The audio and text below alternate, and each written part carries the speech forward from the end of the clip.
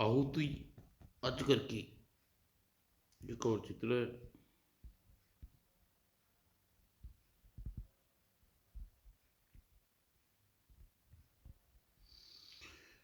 बिलासपुर की तरफ बढ़ा चला आ रहा है एक क्रूर, जिद्दी और खुखार राक्षस ढूंढा ढूंढाक। भाई गिरलोक का यह यान बनाकर मेरा काम आसान कर दिया। राजकुमारी पारुल की डोली लाने के लिए ऐसे सुंदर यान की आवश्यकता थी मुझे। राजकुमारी के चेहरे पर तिनक उठी आतंक की परछाई है। क्या डंडोक आ रहा है? हाँ राजकुमारी जी, लेकिन आप चिंता न करें, आप तो पहुंचने वाला हाथ काट कर रख देगा बिलासपुर का बच्चा बच्चा। विचारों की चादर छा गई पारुल के मासूम चेहरे पर, मुखड़े पर। उफ, एक बार फिर आ गया डंडोक। क्या हमारी रक्षा करने के लिए बिलासपुर एक बार फिर बहेगी खून की धाराएं? राजमहल में मंत्रणा कक्ष में छाई हुई थी अजीब सी सनसनाहट। डंडोक एक बार फिर हमारी पारुल बेटी पर हाथ मांगने आ रहा है। पिछली बार हमारे साथी मरने से बच गया, हाथों मरने से बच गया था वह शैतान, लेकिन इस बार ऐसा नहीं होगा महाराज। तमतमाए चेहरे पर थर, होठों पर पुकार एक नाम, मेघास्त्र। और बादल गरज उठे, बिजलियां चमक उठी और पारुल मेघास्त्र की शक्ति का कमाल था। मेघास्त्र के यह गूंज पारुल के कानों तक भी पहुंची। उप न जाने क्या मोड़ लेने का यह युद्ध, जीवन के सर्वनाश कर देने वाला यह युद्ध रोकना होगा। मैं रोकूंगी इसे। पारुल के चांद से मुखड़े पर तैर आई जमाने भर की कठोरता, और इस मेघास्त्र की चमक से फीका पड़ गया डंडोक का शैतानी इरादा। दु, दुश्मन की एक बार माफ करने की मूर्खता कर बैठे हम, लेकिन अब मेघास्त्र की धार पर तुलेगी तेरी गर्दन। क्रोध से पुकार उठा डंडोक। उफ, मेरे भाई के लोग का यान नष्ट कर डाला, अब भुगत डंडोक का कहर। इससे पहले डंडोक का डंडास्त्र से निकल पड़ती मौत पारुल की चीख ने जड़ कर दिया सभी को। ठहर जा डंडोक, यदि तुझे बिलासपुर की धरती पर खून की एक बूंद भी गिरी तो पारुल तुम्हें कभी माफ नहीं करेगी। पारुल की जगह पारुल, यह जगह तुम मासूम हिरणी के लिए नहीं, यह शेर की ताकत रखी जाती है। वाशपत लौट जा महल। इतना खून, इतनी तबाही सब मेरे कारण हुआ पिताश्री। मैं विशालपुर की शांति सुरक्षा के बदले अपने आप को डंडोक के हवाले कर रही हूँ। पारुल सफलता के मद में तूर आगे बढ़ा डंडोक। यह हुई ना समझदारी वाली बात। चलो पारुल। और इससे पहले डंडोक की हिरणी को छू पाते भेड़िए के हाथ एक जलजला आया वहां मेघास्त्र, और कटकर दूर जा गिरे डंडोक के हाथ।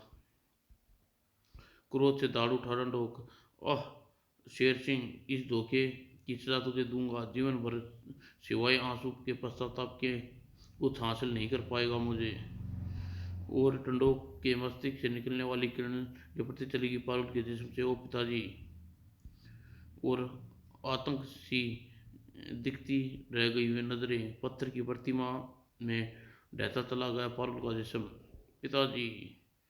और भयानक ठाका लगाता हुआ भागता चला गया डंडोक। पारुल की यह प्रतिमा मुझे हमेशा डंडोक को याद दिलाती रहेगी शेर सिंह। हा हा हा।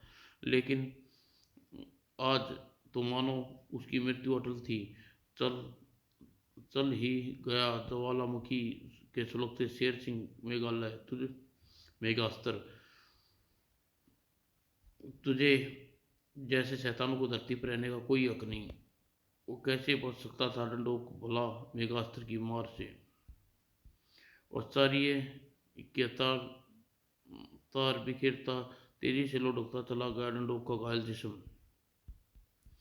और बिलासपुर के पड़ोसी राज्य झुंझुनपुर,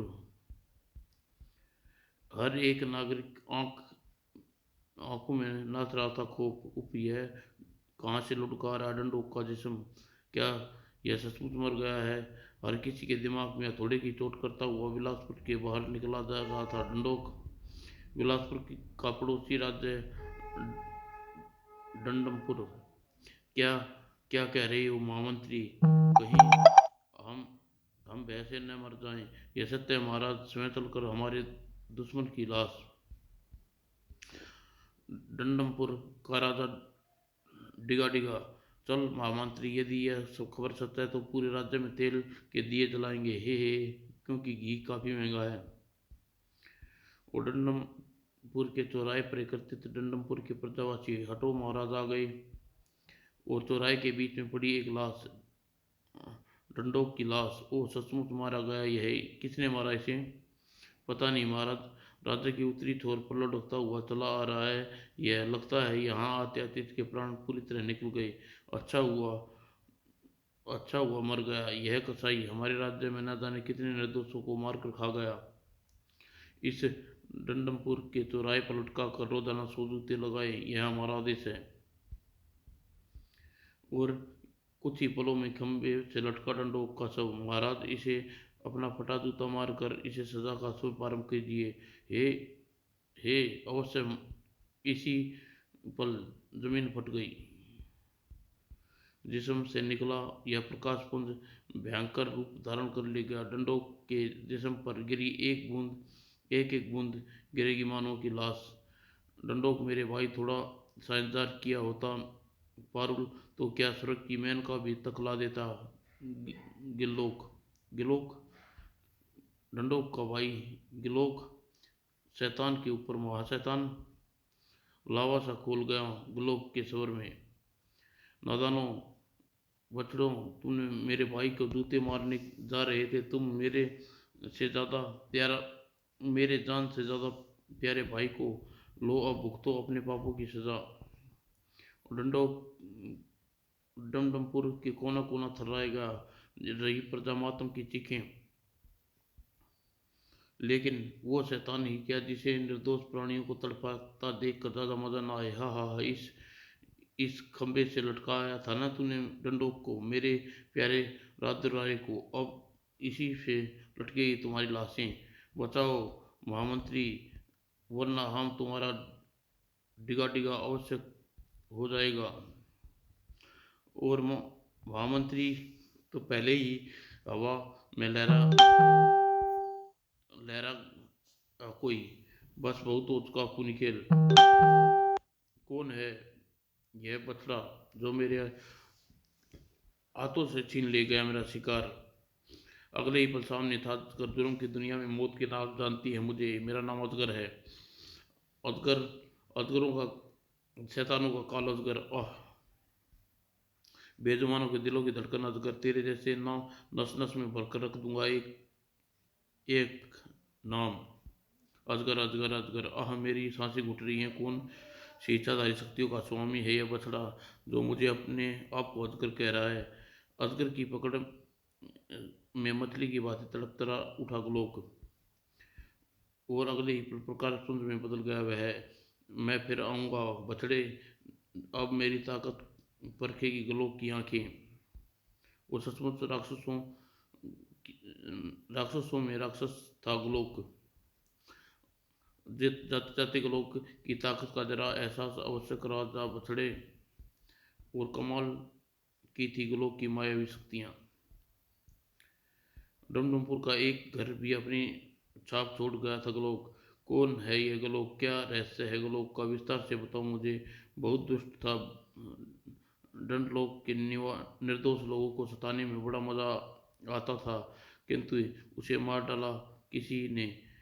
कौन होगा वह जिसे मारने वाला? कौन? इसी पल जमीन में टिकी हुई अजगर की आंखें, ओह, रक्त की बूंदें की पंक्ति के रूप में कहीं जा रही है। मुझे उनका पीछा करना चाहिए। और चल पड़ा अजगर। अब भला उसे चैन कहाँ था? जब तक लोग को जिंदा था अजगर भला कहाँ चैन से बैठ सकता था? और मौत के इस वीराने में बना था ग्लोक का महल, गिलोआ महल। डंडोक मेरे भाई, पारुल की खातिर तूने अपनी जान गंवाई है। इसी पारुल तेरी हत्यारे की चिता के इर्द गिर्द न मैंने तो मेरा नाम भी गलोक नहीं। ए शैतान खोपड़ी, मेरे भाई की मौत का एक एक दृश्य मुझे दिखा। और किसी संतृप्त चलचित्र की भांति आने लगा। खोपड़ी पर डंडोक की मौत का एक एक दृश्य, लहू में खून उतराया गलोक की आंखों में। ओह, तो बिलासपुर के नरेश शेर सिंह ने मेघास्त्र से घायल मारा है मेरे भाई को। अब इसी मेघास्त्र से कटेगा शेर सिंह और अजगर का सिर। परंतु मेघास्त्र को हासिल करने के लिए मुझे चलानी होगी अनोखी चाल, ऐसी चाल जिसे चलकर अजगर जैसे दुश्मन किसी पटकट परकटे पक्षी की भांति फड़फड़ा उठा और मारा जाए। वो त्रिलोक की आंखों में, ग्लोक की आंखों में शैतानी चमक, और पार्वती की प्रतिमा पर कांपते हाथों से छुआ शेर सिंह ने। हे भगवान, क्या जीवन भर पत्थर की बनी रहेगी पारुल? क्या इसे डोली में बैठने का सपना मेरे लिए संसार से जाना पड़ेगा हमें? शेर सिंह उसे शेर के शेर सिंह उस शेर के मुंह से ऐसी बातें शोभा नहीं देती। राजन, हमें जिंदा हैं राजगुरु आप। हाँ, हम योग विद्या से हमने यहाँ की घटना घटने वाली एक एक घटना को जान ली है। पारुल को पुनः जीवित जीवित करेंगे, परंतु इस कार्य बड़ा कठिन है। आपकी पारुल अपनी पारुल के लिए हम अपनी जान भी हाजिर है राजगुरु। आप कार्य बताइए। हमें एक एक करना होगा और जिसमें जरूरत पड़ेगी इच्छाधारी शक्ति अजगर की आहुति की। हम इच्छाधारी शक्ति धारक अजगर की लाश से ब्रह्मांड का कोना कोना छान मारूंगा। महागुरु, आप अपना यज्ञ शुरू कीजिए। जैसे ये इच्छाधारी शक्ति धारक अजगर की तलाश पूरी हो जाए, हमारे पास आज ना राजकुमारी पारुल को जीवित करने के लिए यज्ञ अति आवश्यक है। और कठिन लक्ष्य के सामने रखकर चले गए गुरु त्रिलोकी। और उधर जमीन पर पड़ी रक्त बूंदों का पीछा करता हुआ अजगर, यह लकीर न जाने कहाँ पहुंचाएंगी मुझे, और सीधा बिलासपुर में प्रवेश कर गया अजगर। ओह, यह किसी शिल्पी ने गढ़ी यह प्रतिमा, लगता है मानो अभी जीवित उठेगी। यह मूर्ति नहीं, बिलासपुर की राजकुमारी पारुल है अजनबी। यह डंडोक की इसे घाषण प्रतिमा में बदल दिया। वो चौंका अजगर, डंडोक, यह नाम दूसरी बार सुन रहा हूँ मैं। तुरंत बिलासपुर में नरेश से मिला होगा। और कुछ क्षणों बाद बिलासपुर के नरेश के सामने अजगर। ओह, तो डमडमपुर में आकर दम तोड़ा था डंडोक ने। हाँ, किंतु उसका भाई त्रिलोक गलोक अभी जिंदा है। वह सारा माजरा क्या है, मुझे विस्तार से बताइए। न जाने पारुल किस अशुभ घड़ी में नगर से बाहर आकेट पे निकली थी। रस्ते चला उतारती मुझे सांझ गहराने वाली है। पिताजी हमारे लिए चिंतित होंगे। हमें कुछ समय बिलासपुर की सीमा में होंगे राजकुमारी जी। और शिकार के लिए निकला पारुल पर पड़ी किसी शिकारी की नज़र। उप आदित्य सुंदरी, यह लगता है भगवान ने डंडोक के लिए ही भेजा है धरती पर। शिकारी शिकार पर झपट पड़ा डंडोक। हा हा हा, डंडोक अपने लिए चुन लिया पारुल। बिजली सी चमकी पारुल की तलवार। शेरनी का हाथ लगाते हुए जरा भी मौत के बारे में सोच लिया होता दुष्ट। आह, डंडोक के हाथ से छूट सीधी अशुभ पर जा गिरी पारुल। भाग अश्वा, आज तेजी पारुल, पारुल खतरे में है, भाग। तूफान बन गया अश्वा, और तेज अश्वा और तेज। और बिजली सा दौड़ता अश्वा सीधा राजमहल के सामने जाकर रुका। पारुल बेटी, क्या हुआ तुझे? पिताजी, डंडोक। डंडोक? कौन डंडोक? डंडोक मैं बछड़े। पारुल को अपने लिए चुन लिया है। पारुल मुझे सौंप दे। पारुल को अपनी पारुल को नहीं, अपनी मौत को आवाज दी है तूने। बिलासपुर की बेटियों की तरफ उठने वाली आंख फोड़ना ही बिलासपुर का बच्चा बच्चा। और टिड्डी दल की भांति टूट पड़े बिलासपुर के योद्धा। मारो इसे, खत्म कर दो दुष्ट को।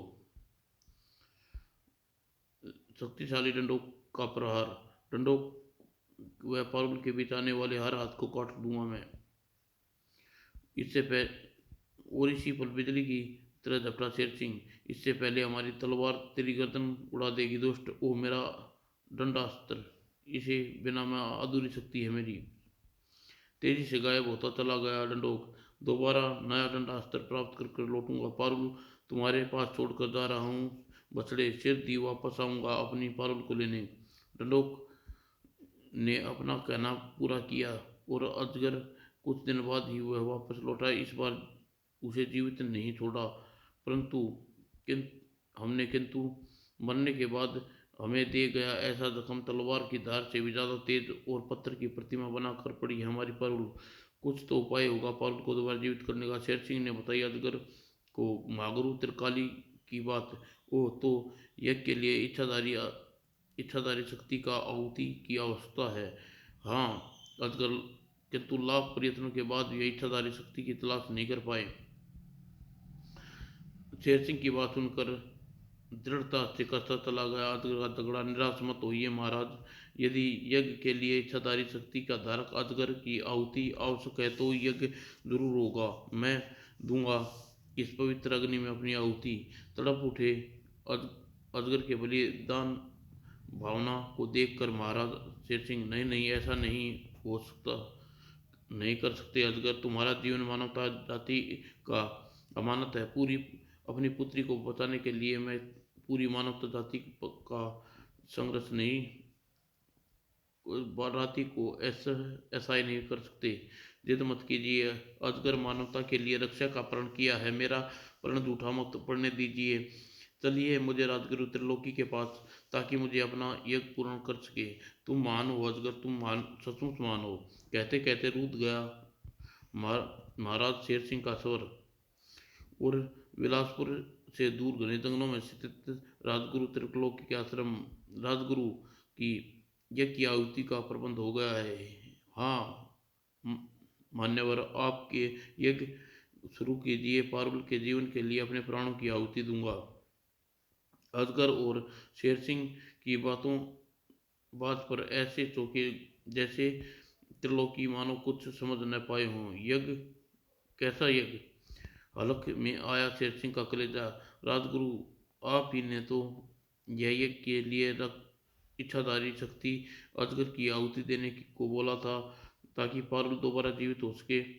लगता है पारुल के गम में तुम अर्ध विकसित कर दिया है राजन। मैं तुम्हें पिछले कई दिनों से नहीं मिला। वो धोखा, गिलो गिलोक ने धोखा दिया मुझे। अवश्य गिलोक की कोई चाल हुई है। अजगर, पारुल की प्रतिमा खतरे में है, पारुल खतरे में है। और खतरा तो मंडरा चुका था। हाँ हाँ, मेरे भाई डंडोक की मौत का कारण है यह। अब इसे गिलोय महल की शोभा बढ़ाएगी। उफ, गिलोक आ गया। और हर तरफ से छूटे तीर और गोले। इसी पर पल के लिए तैयार किए थे हमने यह तीर के गोले, किंतु इतनी आसानी से मरने वाला नहीं था गिलोक। तुम्हारे तीर के गोले मेरे जिस्म को नहीं बेच सकते गिलोक। मानो आज अपने भाई का प्रतिशोध की ठान कर आया था। हा देखो गिलोक की ताकत। और आकाश थर्रा उठा सैनिकों की मार चीख से, परंतु पारुल को नहीं बचा पाए शैतान के हाथों से। धन्य थे वे सैनिक जो पारुल के लिए अपनी जान पर खेल गए। और अजगर अगले पल आकाश में उड़ता चला गया गिलोक। अब इसे बदले की अब बदले मुझे प्राप्त करना होगा मेघास्त्र। और हर आंखें जाते हुए देखते रही पारुल को। बेचारी पारुल, पत्थर की बनी, चैन नहीं मिला उसे। हाँ, किसी की आंखें धधक रहा था ज्वालामुखी, किंतु गिलोक की शक्ति के आगे ऐसाए थे सब। डंडोक मेरे भाई, काश एक बार आंखें खोल सकता तू। देख अपने भाई को, त्रिलोक तेरी शानदार कामयाबी। कितनी खूबसूरत है यह राजगुरु त्रिलोकी के रूप में धारण किए शेर सिंह और अजगर बिलासपुर से दूर भेज दिया। पारुल को उठा लाया मैं। अब तेरे हत्यारों को मौत देने के लिए मुझे हासिल करना होगा मेघास्त्र, और मचानी होगी विलमपुर में अनोखी सनसनी। और यह सनसनी मचाएगा झमरू। और डोगा डमडमपुर में मौत बनकर प्रकट हुआ झमरू। हे भगवान, हे नाम से क्या काम देखो मेरा। एक और शैतान क्या गलोक ने भेजा है इसे। और जमरू को अपना काम किए बिना ही बला चैन काम था।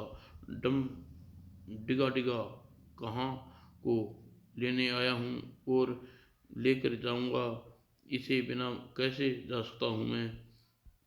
और सीधा राजमहल में प्रवेश किया उसने। यह यह कौन आ घुसा, तेरी मौत नाम है जमरू। और डिगा डिगा ने को को लिए चल पड़ा जमरू। स्वामी ग्लोब का आदेश, तेर, तेरी मौत का आदेश, तुझे मौत देने लगा जमरू। और कहाँ ले जा रहा था जमरू डिगा डिगा को? बिलासपुर के हर नागरिक की आंखों में आतंक और दहशत और क्रोध। आग में घी का काम किया, चौराहे पर लटकी डिगा डिगा की लाश। यह तो हमारे पड़ोसी राजा डिगा डिगा की लाश है। रातों रात कौन लटका गया इस लाश को? सामने आया हत्यारा। हा हा, यदि मेघास्त्र मुझे नहीं सौंपा गया तो इसी प्रकार लटकेगा पारुल का जिस्म भी। माँ शक्ति के चरणों में झुका शेर सिंह। माँ, हमारी बेटी पर मेघास्त्र तो क्या ब्रह्मांड ब्रह्मांड भी कुर्बान कर सकते हैं हम। मेघास्त्र दे दे माँ। और कटक में दुश्मन के आगे पराजित हो गया था एक बाप का दिल। कड़क उठी बिजलियां, गरज उठा आसमान। मेघास्त्र के प्रकट होने का संकेत था। और कुछ ही पलों में मेघास्त्र लिए चौराहे पर पहुंचे शेर सिंह। हमें मेघास्त्र ले आए हैं शैतान। मेघास्त्र के साथ साथ हमारी जान भी ले ले, किंतु हमारी पारुल हमें वापस दे दे। मेघास्त्र पर बाज कितना झपटा जमरू। हा हा हा, अब चलकर स्वामी को देता हूँ मेघास्त्र। और इसी पल भूत की तरह प्रकट हुआ। कौन हो तुम? जुर्म की दुनिया मुझे मौत कहती है, मुझे नाम है मेरा अजगर। ओह अजगर! हर तरफ हर तरफ मच गई सनसनी, लोगों के दिलों में हलचल मचा गया वह नाम, अजगर अजगर अजगर। किंतु अगले ही पल अजगर झमरू की ताकत का एहसास।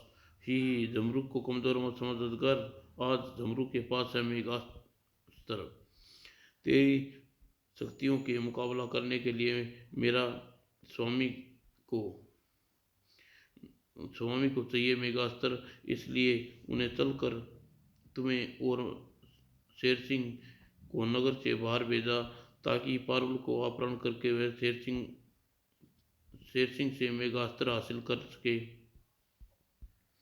और अब तुझे बंदी बना कर ले जाऊंगा अपने स्वामी के पास, ताकि मेघास्त्र से तेरी बलि चढ़ाकर वह पारुल को जीवित कर सके।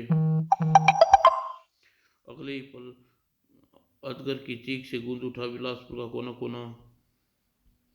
और कुछ क्षणों के पश्चात आकाश की ऊंचाइयों को नाप रहा था जमरू। मेघास्त्र के साथ अजगर मेरे कब्जे में है। अब होगा स्वामी लोक का अनोखा यज्ञ, जिससे अजगर देगा अपनी आयति। और शानदार सफलता से दमक उठा चेहरे पर रहस्यमय मुस्कान। इसी हर किसी की आकांक्षों का दीप बुझा गया था जमरू। पारुल के हाथ हाथ मेघास्त्र और हमारे हाथ से छिन गया। क्या अजगर की आहुति होकर रहेगी? और गिलों का टास्क को पाने देने वाला गिलों का महल का जरा जरा। हा अब अजगर की आहुति के साथ ही पुनर्जीवित हो उठेगी। और तब अपने भाई डंडोक की मौत का बदला के सबके सामने पारुल से विवाह करके लेगा गलोक। स्वामी, आप यज्ञ शुरू कीजिए कीजिए, मैं पूरे महल की निगरानी करता हूँ। गलोक ने किया मेघास्त्र का आह्वान। मेघास्त्र और धड़क उठे हवन कुंड में अग्नि ज्वाला। मेघास्त्र से निकली पवित्र अग्नि। प्रचंड हुआ अग्निकुंड। अब शुरू हुआ यज्ञ। और हुआ गलोक गलोक का यज्ञ। आहुति कक्ष में भयानक बनाने दे रही थी गलोक की भेड़ी की आवाज असुर में। और हवन कुंड में उठती आग की लपटें अजगर देख रहा था, पल पल नजदीक आती मौत को। मंत्रांतन के बाद त्रिलोक ने उठा लिया मेघास्त्र। हा हा, मेघास्त्र की धार नापेगी अब तुम्हारी गर्दन पर, राज्य की कीमत चुकाएगा तुम्हारा सिर। अजगर की आंखें एक पल के लिए भी चमकी, दहशत के भय का आतंक की लहर। और दूसरे ही पल बिजली की चमक के साथ छूट पड़ा। चारों तरफ खून का फवार। हवन कुंड में जा गिरी अजगर की गर्दन। धधक उठी आग की लपटें। और यह आहुति पाकर हा हा अजगर की आहुति देवता को स्वीकार कर ली और पुनर्जीवित हो उठी पारुल। अजगर की दहकता अजगर की दहकता सिर पारुल की मूर्ति के पास पहुंचा और पारुल की प्रतिमा ने पकड़ ली आग। और लेकिन केवल एक पल के लिए, दूसरे ही पल अजूबे पर अजूबा बरसाती ठंडी पड़ी आग की लपटें उप में कहाँ हैं, ठाका लो। हा हा पारुल जीवित हो गई, पारुल जीवित हो गई, कर डाला मैंने। आचार्य की भूल भुलैया में भटकती पारुल के लिए चल पड़ा ग्लो। तुम्हारे पिता के सामने होगा हमारा विवाह, डंडों की मौत का बदला चुकाना होगा, छोड़ते मुझे दुष्ट। और विलास कर बच्चा बच्चा आंखें से धधक रही थी प्रतिशोध की आग। लेकिन सब ग्लों की शक्ति के आगे विवश थे। विलासपुर के बछड़ों, आज मेघालय मेघ मेघास्त्र के साथ साथ पारुल भी हमारे अधिकार में है। चौराहे पर हुआ था ना मेरे भाई डंडोक का वध, अब यही चौराहा बनेगा हमारी शादी का मंडप। और कहीं खोया हुआ था ग्लो। ग्लो डंडोक मेरे भाई, देख पारुल अपनी दुल्हन बन कर यहाँ हूँ मैं। उसी पल मानो गजब हो गया, ठहरो जा ग्लो, खत्म हुआ तेरा खूनी खेल। जमरू, जमरू नहीं कमीने, अजगर बोल रहा हूँ अजगर। और बाज की तरह झपटा अजगर, पारुल की तरफ बड़ा हाथ, काट कर रख देगा अजगर। और ग्लो के दिमाग में नस चीख चीख कर बोली, जमरू अजगर कैसे बन गया, फिर ग्लो महल में मरने वाला अजगर कौन था। ग्लो की छाती पर सवार हो गया अजगर। ग्लोक महल में जी अजगर को आहुति दी थी तेरा प्यारा सेवक जमरू था कमीने, जिसे मैंने अपनी मायावी बूटी की मदद से नकली अजगर बना डाला था। आचार्य कीर्तन करने लगे ग्लो की आंखों में। हाँ कमीने, पर मैंने अपनी इच्छाधारी शक्ति से जमरू का रूप धारण कर कर अजगर बने जमरू को तुम्हारे पास ले गया। क्या? हाँ, और जमरू की बलि के कारण तुम्हारा यज्ञ सफल हुआ और पारुल जीवित हो उठी। बेटे, कैसी रही चाल, दुश्मन की हर चाल को मात देना जानता है ग्लो। आज बिलासपुर की धरती बहेगी खून। और फिर एक बार फिर मौत का भयानक प्रदर्शन किया ग्लो ने। धधक उठा अजगर मौत का खौफनाक मंजर देखकर। बस ग्लो, निर्दोष की मौत बांटने से पहले अजगर से निपटना होगा तुझे। मेघास्त्र लिए ग्लो पर लपका अजगर, अब तेरी मौत के आड़े यदि विधाता भी आता है उसे भी टकरा जाएगा अजगर। और अब भला अजगर के हाथों मौत पाने से कैसे बच सकता था ग्लो, और अपने उसे मिली मौत। आह! अगले ही पल सबको चौंकता एक विस्फोट के साथ टुकड़े हो गया ग्लो। उफ, बड़ा खौफनाक था यह शैतान। अजगर, तुम्हारे दिल से शुक्रिया। विलासपुर के राजा की प्रजा तुम्हें वारिपर पर शैतान के हाथ जाने से बचा लिया। अजगर का काम लोगों का चेहरों पर मुस्कान भरना है महाराज। और अपना काम करके चल पड़ा अजगर। उसने कभी खत्म होने वाले सफर पर अजगर जिंदाबाद, अजगर जिंदाबाद। जब तक पृथ्वी पर किसी कोने में कायम है शैतानों का आतंक, मेरा सफर जारी रहेगा, न जाने कहाँ होगा मेरा पड़ाव। समाप्त दोस्तों।